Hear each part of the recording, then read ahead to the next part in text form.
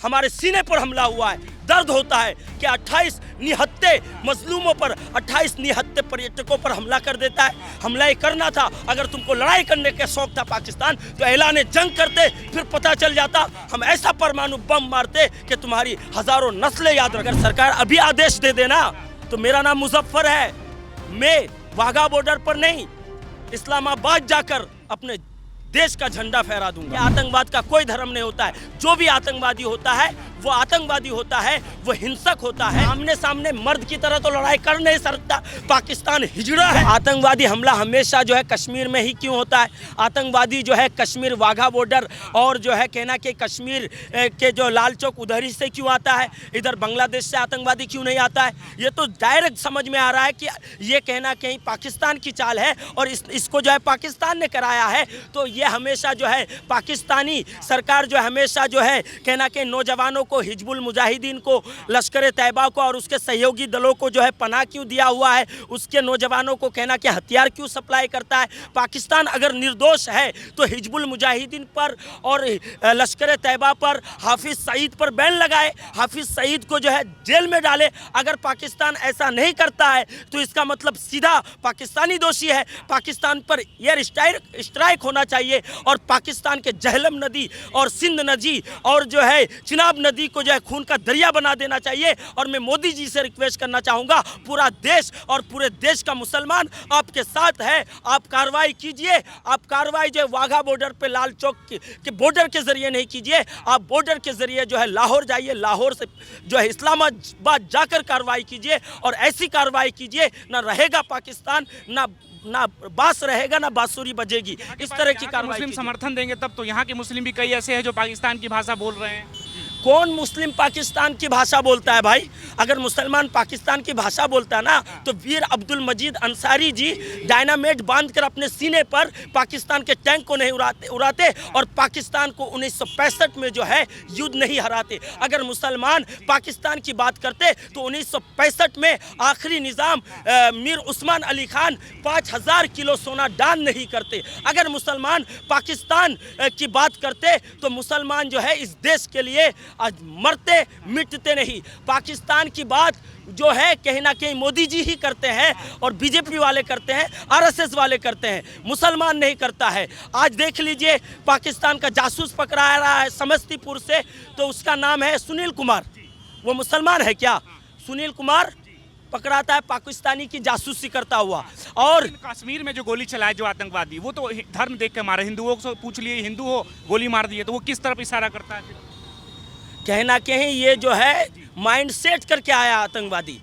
आतंकवादियों को भी पता है कि नाम पूछ के मारेंगे तो ये लोग आपस में लड़ेंगे, भारत में हमसे नहीं लड़ेंगे। पाकिस्तान भी जानता है कि नाम पूछ के मारेंगे तो ये लोग पाकिस्तान को टारगेट नहीं करेगा, ये लोग हिंदू मुस्लिम को टारगेट कर लेगा। हिंदू मुस्लिम आपस में लड़ेंगे, गिरोह युद्ध हो जाएगा, हमारे तरफ ध्यान नहीं जाएगा। लेकिन वहीं मैं पाकिस्तान को कहना चाहूँगा, यहाँ पे हिंदू मुस्लिम ये कहे तुम नाम पूछ कर भी मारोगे तो यहाँ का हिंदू मुस्लिम कहेगा ये आतंकवादी हमला है, ये कोई धर्म विशेष का हमला नहीं है। कई लोग ये कह रहे हैं कि कश्मीर के जो मुसलमान हैं वो आतंकियों को शरण देते हैं। जो हमारे देश के कई ऐसे मुस्लिम हैं जो खाते तो देश का है लेकिन गाते पाकिस्तान का। अगर ये लोग शरण नहीं दिए होते तो ऐसे इस तरह की हमला नहीं हो पाता कश्मीर में। अरे यार, ये कहना कि शगुफा छोड़ा गया है बीजेपी के आईटी सेल की तरफ से।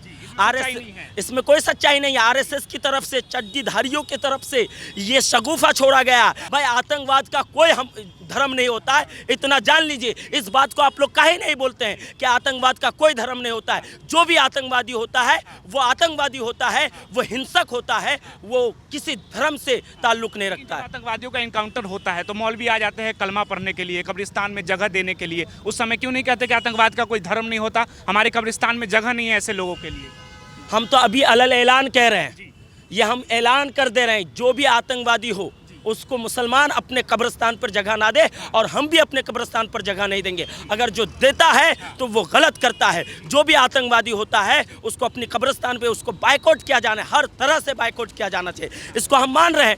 क्या करना चाहिए सरकार को आपके अनुसार? मेरे अनुसार सरकार को जो है पाकिस्तान के साथ हर तरह का व्यवहार, हर तरह का लेन देन, हर तरह का मुआहदा तोड़ देना चाहिए। अगर सरकार अभी आदेश दे देना तो मेरा नाम मुजफ्फर है, मैं वाघा बॉर्डर पर नहीं, इस्लामाबाद जाकर अपने देश का झंडा फहरा दूंगा। बस सरकार आदेश दे दे। जिस तरह आखिरी निज़ाम और मीर उस्मान अली खान ने अपना 5000 किलो सोना दान कर दिया था, उसी तरह मैं अपनी ज़मीन दान कर दूंगा और पाकिस्तान के खिलाफ जाकर लड़ाई लड़ूंगा। लड़ाई लड़ेंगे पाकिस्तान में। क्यों? इसलिए कि अगर देश बचेगा तो बहुत घर मिल जाएगा, बहुत ज़मीन मिल जाएगी। देश ही नहीं बचेगा तो हम घर लेकर ज़मीन लेकर करेंगे। भरोसा है लोगों को कि बदला ले पाएंगे पूरी तरह से? कह रहे कि कहीं भी टेररिज्म होगा उसको घर में घुस के मारा ना ना, तो मुझे तो भरोसा नहीं लग रहा है, मुझे भरोसा नहीं लग रहा है। अगर भरोसा होता तो मोदी जी का जीरो टॉलरेंस वाला बात है, जीरो टॉलरेंस वाली बात है आतंकवाद के खिलाफ, तो अभी तक कार्रवाई क्यों नहीं हुई? जीरो टॉलरेंस का मतलब होता है कि तुरंत कार्रवाई होना। अब तक तो हिजबुल मुजाहिदीन और लश्कर तैयबा के ठिकानों पर एयर स्ट्राइक और ड्रोन हमले हो जाने चाहिए, हो जाने चाहिए, सर्जिकल स्ट्राइक कर देना चाहिए। अभी तक मोदी सरकार किस चीज के इंतजार में है? अब भारत की सरकार सबूत मांगने लगते हैं कि सबूत कहाँ, सबूत लाकर दिखाए सरकार हमें। सबूत लाकर दिखाए, बहुत सारे सबूत है। सरकार अगर चाह ले तो सबूतों को, सबूती की ढेरी कर दे। कहना कि मोदी जी चाह नहीं रहे, मोदी जी फिर चाहते हैं, मोदी जी चाहते हैं कि पाकिस्तान के साथ हमारा रिश्ता भी बना रहे, पाकिस्तान के साथ हमारे मामलात भी बना रहे, विदेश के मामलात अच्छे रहे और हम पाकिस्तान को कोसे भी। आप जो पाकिस्तान आतंकवाद को शरण दे रहा है उसके साथ क्यों रिश्ता रखेंगे? वही तो मोदी जी ही ना जाके बिरयानी खाए थे। मोदी जी किसके साथ जाके बिरयानी खाए थे? मोदी जी खाए थे कि नहीं नवाज शरीफ के साथ जाकर बिरयानी? और उससे पहले जो है हमारा कितना युद्ध हो चुका है, पाकिस्तान ने कितना आतंकवादी हमला करवा दिया है। 26/11 के बाद जाकर मोदी जी बिरयानी खाए कि नहीं? तो वही फिर से मोदी जी बिरयानी खाना चाहते हैं और जिन्ना के मज़ार जाकर फातिया पढ़ना चाहते हैं, इसलिए एयर स्ट्राइक नहीं कर रहे हैं। तो शांति के लिए अपनी पहल किए थे, अपने हाथ आगे किए थे कि हम शांति चाहते हैं, युद्ध नहीं चाहते, क्योंकि हम बुद्ध की धरती है, हम युद्ध नहीं चाहते। बहुत अच्छी बात, बहुत अच्छी बात है। तो उन्होंने शांति चाहा, उन्होंने तो शांति को भंग किया, तो फिर आप शांत क्यों हैं? आपके गाल में कोई एक चाटा मारेगा तो आप दूसरा गाल पेश कीजिएगा कि आप भी बदला लीजिएगा। आपके गाल में चाटा मारा है, भारत के गाल में चाटा मारा है, तो आप बदला लीजिए, एयर स्ट्राइक कीजिए और शांति से नहीं बैठिए। और बाद में, अभी तो हम पाकिस्तान से लड़ाई करेंगे, लेकिन बाद में हम अपनी सरकार से भी जवाब लेंगे। सरकार से जवाब? हाँ, कहना कि डिफेंस मिनिस्टर से जवाब लेंगे, रक्षा मंत्री से जवाब लेंगे, गृह मंत्री से जवाब लेंगे, सुरक्षा बलों से भी जवाब लेंगे कि आपसे इतनी बड़ी चूक आखिर हुई कैसे? इतने दूर तक 200 किलोमीटर पड़ता है बॉर्डर से वो पहलगाम, इतना अंदर तक आतंकवादी आए कैसे? और इसमें जो है कहीं ना कहीं सेना को, सुरक्षा बलों को पता क्यों नहीं चला? और जो पहलगाम वो पर्यटक स्थल है, वो हाई जोन जगह है, वहाँ पे जो है कहीं ना कहीं कड़ी सिक्योरिटी रहती है। उस सिक्योरिटी के बावजूद वहाँ पे इतनी सारी गोलियाँ चल कैसे जाती है? 56 राउंड फायरिंग होती है और सुरक्षा बलों को पता तक नहीं चलता है। मानते बॉर्डर सिक्योरिटी का चूक है या सरकार की इसमें चूक मानते हैं आप? हाँ, इसमें चूक मानते हैं और सरकार को भी मानना चाहिए। और जो भी सुरक्षा बल वहाँ पे है और जो भी उसके उच्च अधिकारी है, उनसे जवाब तलब करना चाहिए कि आखिर इतनी बड़ी गलती आप लोगों से हुई कैसे? अगर वो जवाब नहीं दे पाते हैं तो उनको बर्खास्त किया जाना चाहिए। इस पार्टी से जुड़े हुए ओवैसी जी की पार्टी, ओवैसी जी बार बार ऐसे मुद्दे को उछालते हैं, तो लग रहा है ऐसे मुद्दों पे क्या मोदी सरकार के साथ वो खड़े होंगे, या फिर लग रहा है कि अभी तो साथ देंगे, बाद में वही लोग सबूत मांगने के लिए सड़कों पर उतर आएंगे? हाँ, ऑल पार्टी की मीटिंग हुई थी गृह मंत्री के साथ, तो उसमें ओवैसी साहब जी ने तो रखा अपना पक्ष। उन्होंने कहा कि पाकिस्तान पर हमला होना चाहिए और वो अपने बयानों से तीखा हमला अभी भी पाकिस्तान पर कर रहे हैं। उनके जैसा किसी भी विपक्ष या पक्ष के नेता ने पाकिस्तान पर हमला नहीं कहा। क्या उन्होंने साफ कह दिया है कि इस बार पाकिस्तान पर हमला नहीं होना चाहिए, इस पर पाकिस्तान पर कब्जा हो जाना चाहिए। पाकिस्तान पर कब्जा कर लेंगे? हाँ, कब्जा कर लीजिए। अगर 1-2 हमला करेंगे, 1-2 एयर स्ट्राइक करेंगे, सर्जिकल स्ट्राइक करेंगे, तो ये मामला हल नहीं होगा। सीधे से सिरे से पाकिस्तान को काटकर फेंक देना है और इस्लामाबाद पर अपना तिरंगा लहरा देना है। ना रहेगा बास, ना बजेगी बांसुरी। अभी तो बस वीजा रद्द किए हैं कई लोगों का, तो वीजा रद्द में ही कई लोग बिलबिला गए हैं कि वीजा रद्द क्यों कर रहे हैं मोदी सरकार? देखिए, पाकिस्तान को, लोगों को हिंदुस्तान से जुदा कर रहे हैं, माँ को बच्चों से जुदा कर रहे हैं, तो ऐसे लोगों को क्या कहेंगे फिर? ऐसे लोगों को क्या कहेंगे भाई? जो लोग कर रहे हैं, कहना कहें वो देश के वफादार नहीं है, देश के प्रति उनको मोहब्बत नहीं है। और ये कहना कहीं कोई अगर मुसलमान है और सच्चा मुसलमान भारत का मुसलमान है तो ऐसा कह ही नहीं सकता। अगर वो ऐसा कह रहा है तो वो भारत का मुसलमान नहीं हो सकता। कह रहे, जो मुस्लिम समाज भी कह रहे कि वीजा रद्द नहीं करना चाहिए, कई माँ के बच्चों को सब कुछ रद्द होना चाहिए, पाकिस्तान का ऑल बॉयकॉट होना चाहिए। मैं तो कह रहा हूं, और जो लोग कह रहे हैं वो गलत कह रहे हैं, उनको इस तरह नहीं कहना चाहिए। अभी देश का मामला है, देश की बात है, देश पर हमला हुआ है। अगर वही तुम्हारे परिवार पर हमला होता तो तुम क्या करते, बताइए। हमारे सीने पर हमला हुआ है, दर्द होता है कि 28 निहत्थे मजलूमों पर, 28 निहत्थे पर्यटकों पर हमला कर देता है। हमला ही करना था, अगर तुमको लड़ाई करने का शौक था पाकिस्तान, तो ऐलान जंग करते, फिर पता चल जाता। हम ऐसा परमाणु बम मारते कि तुम्हारी हजारों नस्लें याद रखती। हमारे इसमें हाथ ही नहीं है, ये आतंकवाद का मामला है। आतंकवाद में हम क्या कर सकते हैं? तो हमेशा लाल चौक और श्रीनगर के बॉर्डर से ही आतंकवादी क्यों घुसते हैं? जो भी आतंकवादी पकड़ा जाता है, पता क्यों चलता है कि वो पाकिस्तान का हिजबुल मुजाहिदीन का है, लश्कर तैयबा का है, और लश्कर तैयबा का सहयोगी दल ने इसका ये भी लिया है, जिम्मेदारी भी लिया है। जिम्मेदारी लिया है कि नहीं? तो वो तो तुम्हारे यहाँ पनपता है, उसको पनपने क्यों देते हो? उसको उखाड़ कर फेंकते क्यों नहीं हो? उन लोगों को जेल में क्यों नहीं डालते हो? हाफिज सईद को अपने यहाँ पनाह क्यों दिए हो, जो हमारे यहाँ हमला करता है? तो हाफिज सईद को पनाह दोगे और हम तुमको, तुम्हारे ऊपर इल्ज़ाम भी नहीं लगाएंगे। तुम्हारे पास तो आतंकवादी मौजूद है। तो आप मानते हैं पाकिस्तान आतंकवाद को शरण देता है, आतंकवादियों को ट्रेनिंग देता है ताकि हिंदुस्तान को खोखला किया जा सके? जाहिर सी बात है, वो उसी तरह इंडिया से लड़ाई करना चाहता है। आमने सामने मर्द की तरह तो लड़ाई कर नहीं सकता। पाकिस्तान हिजड़ा है, अगर हिजड़ा नहीं होता तो आमने सामने आके लड़ाई करता। हिजड़ा है, इसीलिए आतंकवादियों के द्वारा हम लोग के देश में हमला करवाता है। कह रहे कि वो लोग खुद ही आपस में हमला कर लिया। अभी मोदी सरकार पे सवाल उठाए जा रहे हैं कि बिहार चुनाव में इसका फायदा लेंगे, इसलिए मोदी सरकार पाकिस्तान को कटघरे में खड़ा कर रही है। भाई, किसी चीज़ का फायदा लेने के लिए कोई अपने परिवार पर हमला करवाएगा? वो मुझे सिखा रहा है, अनाप शनाप बकवास कर रहा है। बास कर देंगे ज़्यादा बोलेगा तो। मुझे अगर कहीं फ़ायदा हो तो मैं अपने माँ बाप को मारूंगा, अपने परिवार को हमला करवाऊंगा? कभी नहीं करता। तो मोदी का ये पूरा देश परिवार है और वो अपने परिवार पे हमला करवाएगा। इस तरह की भाषा क्यों कर रहा है? तो वो अपने बचाव के लिए, उसको कोई जवाब नहीं सूझ रहा है, तो इसीलिए उल्टा सीधा बोल रहा है। वो अनाप शनाप बकवास कर रहा है, क्योंकि उसके पास तो कोई जवाब है ही नहीं। वो तो ये कह नहीं सकता है कि ठीक है, ऐसी बात है तो हम हिजबुल मुजाहिदीन को, लश्कर तैयबा को निस्तो नाबूद करते हैं। उसके जितने भी सैनिक ये कह रहे कि अगर युद्ध हो जाए तो इस बार हिंदुस्तान को देख लेंगे हम लोग। क्या देखोगे? तुम्हारे पास कितना सेना है? 6 लाख सेना है, हमारे पास 14 लाख सेना है। टिकोगे क्या? पे नजर आओगे? टैंक है हमारे पास। टैंक है, तुम्हारे पास डिफेंस का कितना बजट है?